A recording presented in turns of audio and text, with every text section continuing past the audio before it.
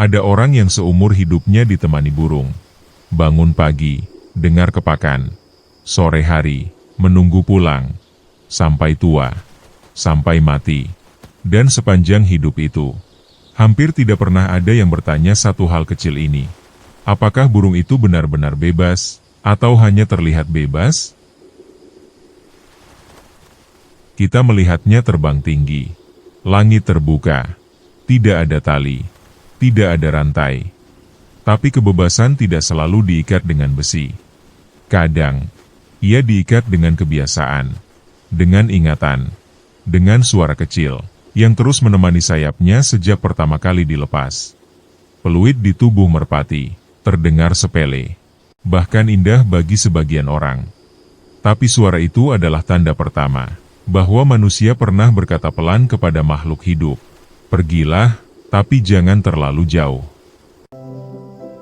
Sejak saat itu, burung itu terbang membawa dua hal, insting alam, dan kehendak manusia.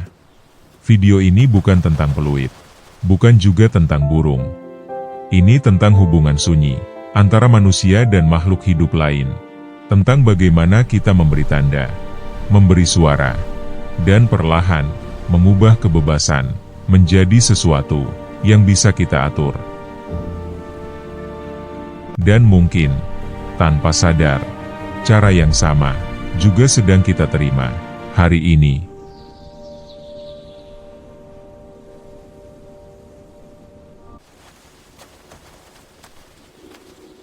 Di banyak tempat, termasuk di Jawa, merpati bukan sekadar hewan. Ia bukan sekadar burung. Ia adalah kebiasaan. Ia adalah warisan. Ia adalah rutinitas hidup.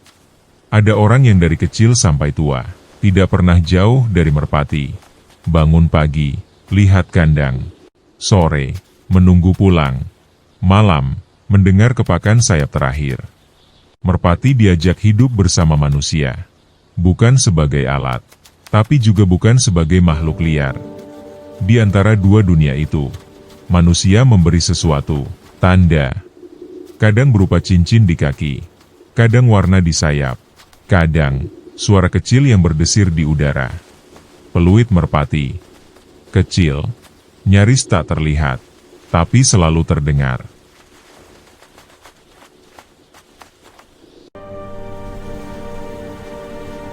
Peluit itu bukan hiasan, bukan mainan, dan bukan sekadar tradisi aneh. Ia lahir dari kebutuhan manusia yang sangat tua, keinginan untuk tahu, itu milik siapa. Sebelum kamera, sebelum GPS, sebelum data, manusia mengenali makhluk hidup dari suara, dari gerak, dari pola yang diulang setiap hari.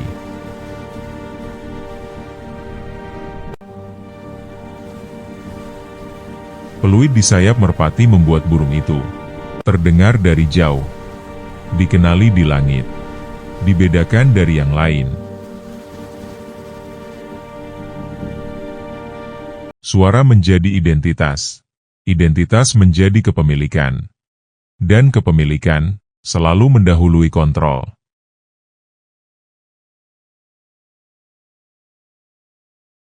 Kenapa suara?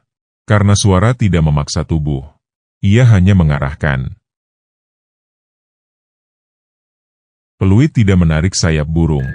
Ia hanya mengingatkan, kemana harus kembali. Di alam liar, suara adalah peringatan. Di tangan manusia, suara menjadi perintah yang disamarkan. Bukan kekerasan, tapi pengkondisian.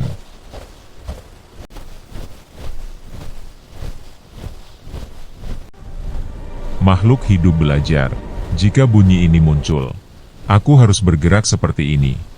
Dan itu sangat efektif.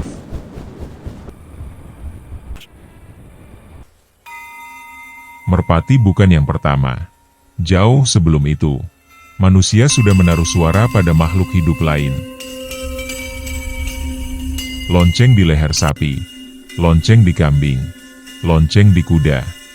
bukan untuk keindahan, tapi supaya tidak hilang, mudah ditemukan, selalu terdengar.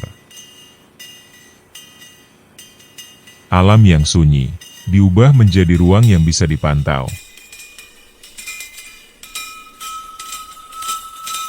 Ketika suara berbunyi, manusia tahu ia masih ada.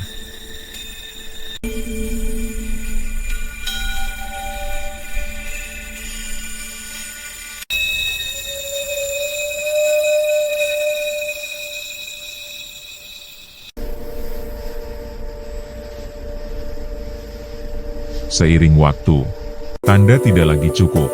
Manusia mulai menaruh identitas permanen.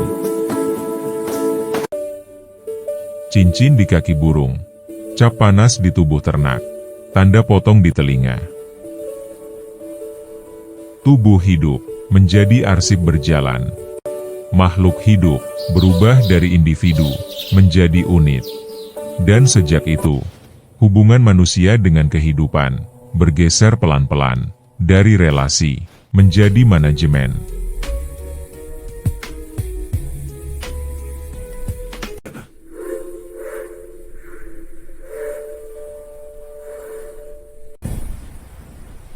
Merpati pernah jadi alat militer,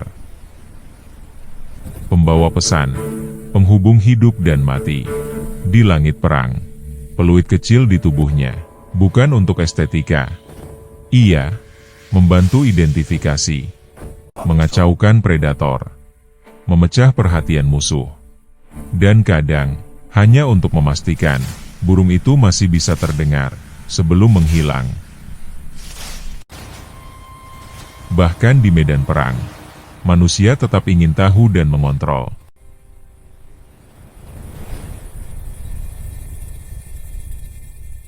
Di beberapa budaya, suara peluit merpati bukan lagi fungsi, ia menjadi kebanggaan. Semakin unik bunyinya, semakin tinggi nilainya. Ini bukan soal burung, ini soal manusia. Tentang bagaimana manusia memberi makna, membangun status, dan memamerkan kontrol lewat makhluk hidup lain.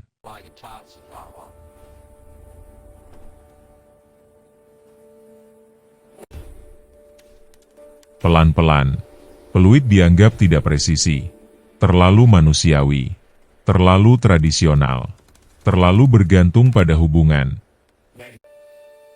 Digantikan oleh angka, data, kecepatan, koordinat. Identitas tak lagi berbunyi. Ia tersimpan di sistem.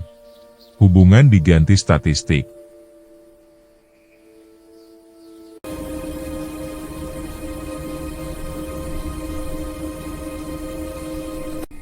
Tanpa sadar, apa yang dulu kita pasang pada hewan, kita pasang juga pada diri sendiri. Jam alarm, bel sekolah, sirene pabrik, notifikasi ponsel. Kita bangun karena bunyi, kita bergerak karena sinyal, kita berhenti karena alarm. Kita menjadi makhluk yang patuh pada suara yang tidak kita pilih.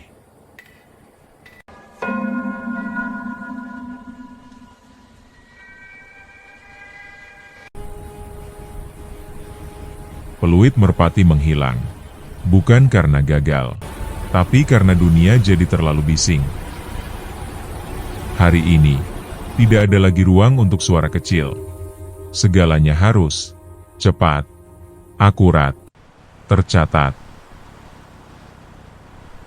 Makhluk hidup tidak lagi diajak hidup bersama. Ia diintegrasikan.